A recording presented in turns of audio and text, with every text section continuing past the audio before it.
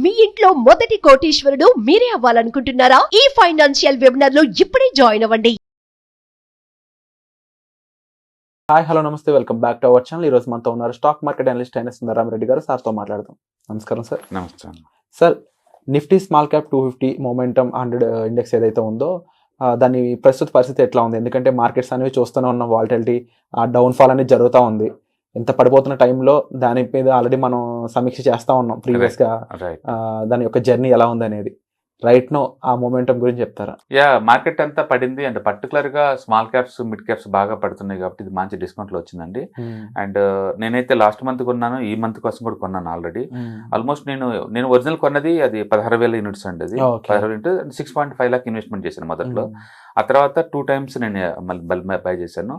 మొత్తానికి అయితే ఇప్పుడు నా దగ్గర ఆల్మోస్ట్ 22,000 దాకా ఉన్నాయి యూనిట్స్. అంటే 6,000 యూనిట్స్ యాడ్ చేశాను దీనికి అడిషనల్ గా. అండ్ కరెంట్ మార్కెట్లో టోటల్ ఇన్వెస్ట్మెంట్ వర్త్ రఫ్గా 10 లాక్ దాకా ఉందండి. అంటే ప్రాఫిట్ ఏమో 80,000 దాకా ఉంది. అండ్ ఎస్, మార్కెట్ అంతా వాలటిలిటీ ఉంది కాబట్టి ఇది కూడా బాగా డ్రాప్ అయిందండి. అందుకని మనం ఎక్కువ యూనిట్లు గ్యాదర్ చేస్తున్నాం. మన టార్గెట్ ఇది long term point of view కాబట్టి ఇది ఎంత పడితే మనకు అంత బెటర్ అనమాట. సో యూనిట్లన్నీ ఇట్లా యావరేజ్ చేసుకుని వెళ్ళిపోదామండి ఎవ్రీ మంత్. సో నేను మంత్లీ అయితే ఇప్పుడు ప్రస్తుతానికి అయితే 2,000 యూనిట్లు దాకా ఉంటున్నాను. 2,000 యూనిట్లు అంటే రఫ్గా నీకు 80,000 90,000 దాకా వద్దు ఇన్వెస్ట్మెంట్. ఓకే, కాబట్టి మీరు ఎవరైనా స్మాల్ క్యాప్ కనుక కొని ఉంటే కనుక మళ్ళీ మీరు ఇప్పుడు కొనుక్కోండి అడిషనల్ యూనిట్స్, ఎందుకంటే డిస్కౌంట్లో ఉంది కాబట్టి. Not only ETFs and even mutual funds కూడా అడిషనల్ యూనిట్స్ కొనండి ఈ మంత్, ఎందుకంటే 5% డ్రాప్ అయింది. యూజువల్గా ఏంటంటే నిఫ్టీ 1000 పాయింట్లు డ్రాప్ అయినా లేకపోతే స్మాల్ క్యాప్ ఇండెక్స్ ఏదైనా 5% డ్రాప్ అయినా అప్పుడు మాన్యువల్గా కొన్ని యూనిట్స్ కొనడం ద్వారా మనం ఆ పడేదాన్ని అడ్వాంటేజ్ తీసుకోవచ్చు అనమాట. నెక్స్ట్ ఎలక్షన్ రిజల్ట్స్ ఎలా ఉంటుందో మనకు అనవసరం. మళ్ళీ అప్పుడు డ్రాప్ అయింది అనుకోండి, మళ్ళీ ఇంకో 2 మళ్ళీ ఎక్స్ట్రా యూనిట్స్ కొందాం అనమాట అట్లా. ఎందుకంటే మార్కెట్లో మనం ఎక్కువసార్లు భయపడతా ఉంటాం, అంత ఎక్కువ పడపోవచ్చు.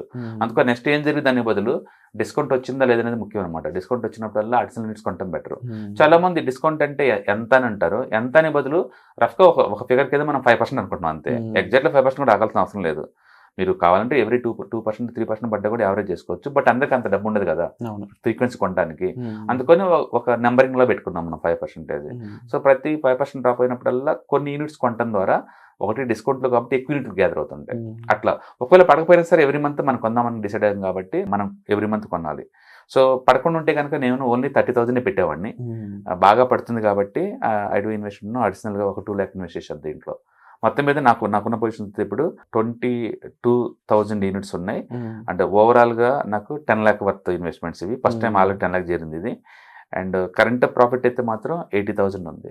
మనం అలా అనుకుంటాం కదా 80,000 ప్రాఫిట్ 90,000 ప్రాఫిట్ అనేది విత్డ్రా చేసేది లేదు అండ్ చేసేది లేదు, జస్ట్ ఇన్ఫర్మేషన్ అంతే. అండ్ బట్ ఇలాంటి సాటిస్ఫాక్షన్ తో ఇన్వెస్ట్ చేసే ఆ ఎబిలిటీ పెంచుకొని నాలెడ్జ్ కూడా పెంచుకోవడానికి చాలా మంది చూస్తూ ఉంటారు. డెఫినెట్ గా అండి, మార్కెట్ 10% పడుతున్నా కూడా మనం నవ్వుతో వాటి గురించి మనం చెప్పుకుంటున్నాం అంటే ఏంటంటే మనం మెచ్యూర్ అయ్యాం దాన్ని హ్యాండిల్ చేయటంలో. దాని వాలటిలిటీ ఎక్కువ మంది ఏంటంటే ఇండివిజువల్ స్టాక్స్ లో ట్రాప్ అయి ఉంటారు.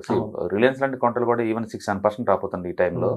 అండ్ ఏషియన్ పెయింట్స్ మన 4-5% సింగిల్ డే, అండ్ ఎలాంటి 5%. అట్లా సింగిల్ డేకి 4, 5 పడుతున్న ఈ టైంలో పడ్డా నాకేం కాదన్న యాటిట్యూడ్, ఆ బిహేవియర్ తో ఉండడం అనేది దట్స్ గుడ్ థింగ్ అనమాట. ఇందులో బీటీ ఏంటంటే ఆల్మోస్ట్ 100 క్వాలిటీ అంటే ఈపీఎస్ రైజ్ అయ్యే కంపెనీ లిస్ట్ అది. So you don't worry about temporary downfalls అనమాట. మార్కెట్ అప్ అండ్ డౌన్ ఇవన్నీ మామూలు విషయమే. అంటే మన టార్గెట్ ఇయర్లీ 20% ఆడుతా పాడుతూ వస్తుంది. మీ రిక్వైర్మెంట్స్ కనుక ట్రేడింగ్, షార్ట్ టర్మ్ ట్రేడింగ్ అయినా లేకపోతే 6 months 1 year కోసం ఇన్వెస్ట్మెంట్ అయినా లేదా 2-3 years ఇన్వెస్ట్మెంట్ కోసమైనా అలాంటి అన్నిటికి long term short term matter అన్నిటికీ సూట్ అవుతుంది ఇది. బై డిఫాల్ట్ బ్లైండ్ గా తీసుకొని పక్కన పెట్టుకోండి. స్టాక్స్ తో డీల్ చేసే బదులు ఇలాంటి వాటితో డీల్ చేసుకోవచ్చు. ఎంత వరస్ట్ న్యూస్ వచ్చినా సరే ఇది 1-2 పడింది తప్ప స్టాక్స్ లాగా 10% అయితే పడదు కదా. సో మార్కెట్లో ఆ నమ్మకం ఉంటే చాలు, లాంగ్ టర్మ్ లో మనీ మేక్ చేయడం చాలా ఈజీ. ఇండియా గ్రోత్ స్టోరీ చాలా పెద్దదండి. అది నెక్స్ట్ 20-30 years మూవ్ అవుతూనే ఉంటుంది ఇర్రెస్పెక్ట్ ఆఫ్ ఈ పొలిటికల్ అన్సర్టనిటీ. ఓకే, కాబట్టి డిప్ వచ్చిన ప్రతిసారి లేదు, ఇలా మనకు కొన్ని యూనిట్స్ యాడ్ చేసుకోవడం ద్వారా లాంగ్ టర్మ్ కి ఎక్కువ గెయిన్ చేయొచ్చు అనమాట. ఇండెక్స్ తో పోల్చుకుంటే మనకి ఎక్కువ రిటర్న్స్ వస్తాయి, ఎందుకంటే న్యాచురల్ గా మనం అడిషనల్ యూనిట్స్ కొంటున్నాం కాబట్టి. Okay, definitely this is the good product and we're going to make good money long term point of లో. అండ్ చాలా మందికి షార్ట్ టర్మ్ పాయింట్ ఆఫ్ వ్యూలో ఆలోచించే వాళ్ళు ఎవరైతే ఉన్నారో వీళ్ళు ట్రేడింగ్ వాళ్ళ నెంబర్ ఎక్కువ ఉంటుంది జనరల్ ఇన్వెస్టర్స్ కంటే కూడా. అంటే అందులో యంగ్ బ్లడ్ అయి ఉండొచ్చు, లేకపోతే ముఖ్యంగా ఏంటంటే వెంటనే లాభం చూడాలి అనే ఇన్స్టెంట్ రష్ ఏదైతే ఉందో వాళ్ళందరూ కూడా స్మాల్ క్యాప్ ఇది మీరు సజెస్ట్ చేశాక దీన్ని చూస్ చేసుకోవడం అయితే మొదలు పెడతా ఉన్నారు. అలాంటి వాళ్ళు స్పెసిఫిక్ ఎంత పర్సెంటేజ్ అని ఏమైనా ఎక్స్పెక్ట్ చేయొచ్చా, లేదంటే దానికంటే మార్కెట్ కండిషన్స్ ఎంటైర్ మార్కెట్ పడుతున్న టైంలో ఈ can't expect good returns from the market. టెంపరీగా ఎంత గుడ్ ప్రొడక్ట్ అని ఆగిపోద్ది మార్కెట్ డౌన్ లో ఉన్నప్పుడు. ఒకసారి మార్కెట్ స్టేబుల్ కి వచ్చింది అనుకోండి, మంచి ప్రొడక్ట్ ఎట్టాక ముందు పోతుంది ఎక్స్ట్రా. సో ఇది మనం తీసుకుంది with in the small cap లోనే ఈపీఎస్ రైజ్ అయ్యే 100 కంపెనీస్ కాబట్టి డెఫినెట్ గా ఈ ఫ్యాక్టర్ ముందు పోద్ది. రెండోది మూమెంట్ ఉంది కాబట్టి బుల్ మార్కెట్ లో ఉంటే మూమెంట్ ఫ్యాక్టర్స్ ఎక్కువ వస్తాయి రిటర్న్స్. అంటే ఏదైనా జనరల్ గా డౌన్ అయ్యాక మార్కెట్ మళ్ళీ అప్ అయినప్పుడు స్మాల్ కంపెనీస్ ఎక్కువ గ్రోత్ చూస్తుంటాయి. బేసికల్ గా ఎక్కువ మంది ఏమనుకుంటారంటే మంచి కంపెనీ అనుకున్నారు అనుకోండి, వాళ్ళ కన్జ్యూమర్ లా థింక్ చేస్తారు అనుకుంటారు మంచి కంపెనీ అంటే.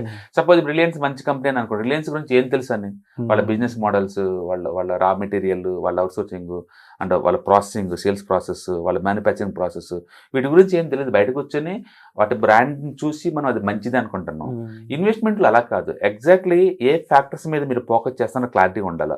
ఫర్ ఎగ్జాంపుల్ నేను వాల్యూ బయింగ్ గురించి మాట్లాడుతున్నాను అనుకోండి, అది హిస్టారికల్ గా ప్రైస్ టు బుక్ వాల్యూతో పోల్చుకున్నా, ప్రైస్ టు సేల్స్ వాల్యూతో పోల్చుకున్నా, ప్రైస్ టు ఎర్నింగ్ తో పోల్చుకున్నా చీపర్ గా దొరుకుతుంది అనుకోండి, దాన్ని వాల్యూ బయింగ్ అంటాం. దాని అర్థం అది ఫ్యూచర్ లో డబ్బు వచ్చిందని కాదు. కంపెనీ ఆస్తులతో పోల్చుకుంటే కరెంట్ ప్రైస్ తక్కువ రేటు దొరుకుతుందని దాని మీనింగ్ అంతే. నేను అదే క్వాలిటీ అని అనుకోండి కంపెనీ, దాని అర్థం ఏంటంటే అప్పులు తగ్గుతూ ప్రాఫిట్స్ పెరుగుతున్న కంపెనీ లిస్ట్ అనమాట. అది క్వాలిటీ అంటే. అండ్ మూమెంటం అన్నా అనుకోండి, లాస్ట్ 1 year నుంచి రిటర్న్స్ ఎంత ఎక్కువ ఇస్తే అంత ఎక్కువ మూమెంటం ఉన్నట్లు లెక్క. అందులో లాభ నష్టం ఈ సంబంధం ఉండదు, కంపెనీ షేర్ ప్రైస్ మూవే ఉంటుంది అనమాట. ఒక్కొక్క ఫ్యాక్టర్ ఒక్కొక్క మార్కెట్లో బాగా ఎక్కువ రిటర్న్స్ వస్తుంది. సపోజ్ నువ్వు next 1 year bull market expect చేసావు అనుకోండి, నువ్వు మూమెంట్ ఎక్కువ ఉన్నట్లు కూర్చోవాలి. నెక్స్ట్ 1 year లో బేర్ మార్కెట్ వచ్చింది అనుకున్నావు అనుకోండి, లో వాలటిలిటీ ఉన్నట్లు కూర్చోవాలి. నెక్స్ట్ 1 year లో మార్కెట్ బాగా రికవర్ అవుతుంది అనుకున్నాం అనుకోండి, అప్పుడు వాల్యూలో కూర్చోవాలి. అట్లా నీకు ఏ ఫ్యాక్టర్ ఈ కరెంట్ మార్కెట్ సూట్ అవుతుందో క్లారిటీ ఉంటే దాన్ని పిక్ చేసుకోవచ్చు అనమాట. అందుకని ఇన్వెస్ట్మెంట్ అంటే మంచి కంపెనీ కొన్ని పక్కన పెట్టుకోవడం కాదండి, ఈ ఫ్యాక్టర్స్ దేనికి మీరు ఇంపార్టెన్స్ ఇస్తున్నారు, నెక్స్ట్ మార్కెట్ ఏది ఎక్స్పెక్ట్ చేస్తున్నారు అన్నదాన్ని బట్టేసి నీకు రిటర్న్స్ వచ్చే ఛాన్స్ ఉంది. సో మనం చూసిన దాంట్లో క్వాలిటీ ఉంది, కింద బట్టని అడ్డుకుంటుంది, అండ్ మూమెంట్ ఉంది, పైకి పడడానికి ఎక్కువ హెల్ప్ అవుతుంది. అందుకని 2 కాంబినేషన్ కాబట్టి ఫ్యాక్టర్స్ ఎక్కువ సార్లు ఇది ఎక్కువ రిటర్న్స్ వచ్చే ఛాన్స్ ఎక్కువ ఉంది. అంటే మోర్ ఓవర్ మనం కంపేర్ చేయాల్సిన స్మాల్ క్యాప్ తోటి దీంతో డెఫినెట్ దాంతో పోల్చుకుంటే కొంచెం ఎక్స్ట్రా వచ్చింది. సో డెఫినెట్లీ ఇలాంటి ఒక ఫండ్ సజెస్ట్ చేసినందుకు కూడా thank you so much. Suman టీవీలో మీ పర్సనల్ అండ్ బిజినెస్ ప్రమోషన్స్ కోసం కింది నెంబర్కి కాంటాక్ట్ చేయండి.